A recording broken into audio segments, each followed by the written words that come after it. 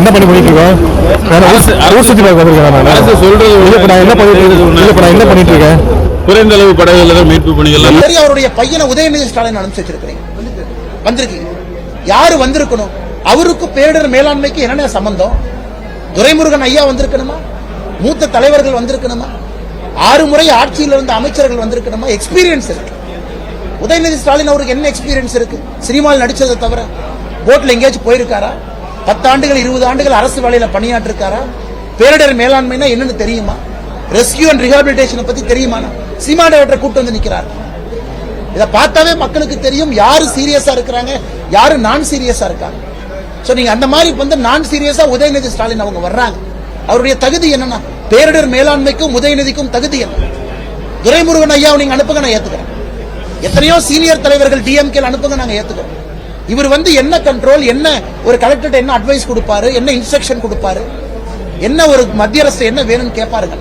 இதுலயே தமிழக மக்கள் பார்த்து கொண்டிருக்கின்றார்கள். சென்னையை பார்க்கறாங்க, திருநெல்வேலியை பார்க்கறாங்க, தூத்துக்குடியை பார்க்கறாங்க. மக்கள் முடிவு செய்து விட்டார்கள்.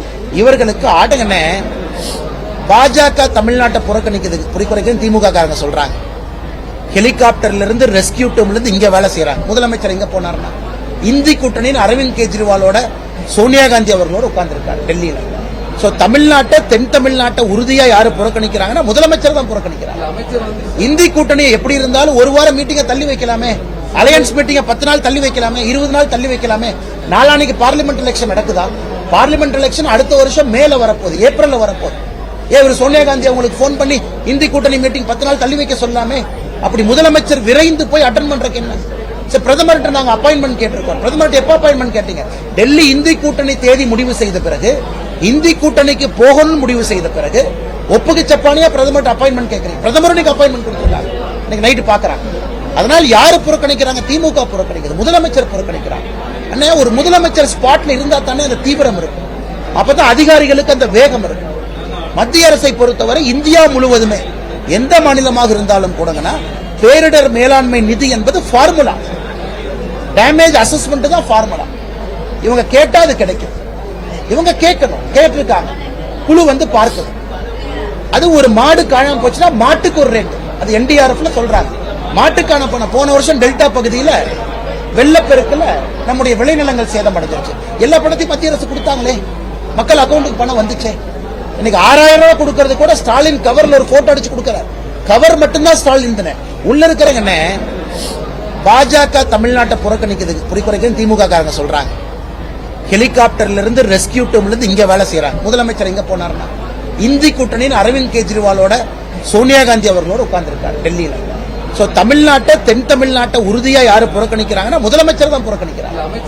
இந்தி கூட்டணி எப்படி இருந்தாலும் ஒரு வாரம் மீட்டிங்கை தள்ளி வைக்கலாமே, அலையன்ஸ் மீட்டிங்கை 10 நாள் தள்ளி வைக்கலாமே, 20 நாள் தள்ளி வைக்கலாமே. நாளானைக்கு பார்லிமெண்ட் எலெக்ஷன் நடக்குதா? பார்லிமெண்ட் எலெக்ஷன் அடுத்த வருஷம் மேல வரப்போகுது, ஏப்ரல்ல வரப்போகுது. இவர் சோனியா காந்தி அவங்களுக்கு போன் பண்ணி இந்தி கூட்டணி மீட்டிங் 10 நாள் தள்ளி வைக்க சொல்லாமே.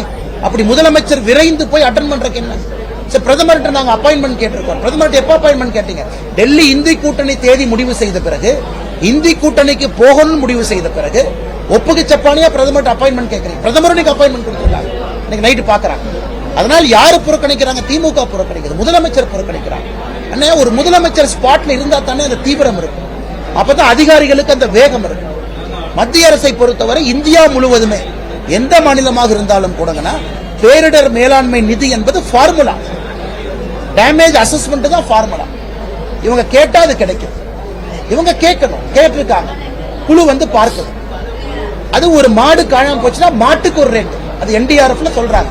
மாட்டுக்கான பணம் போன வருஷம் டெல்டா பகுதியில வெள்ளப்பெருக்குல நம்முடைய விளைநிலங்கள் சேதம் அடைஞ்சிருச்சு. எல்லா பணத்தையும் மத்திய அரசு கொடுத்தாங்களே, மக்கள் அக்கௌண்ட்டுக்கு பணம் வந்துச்சே.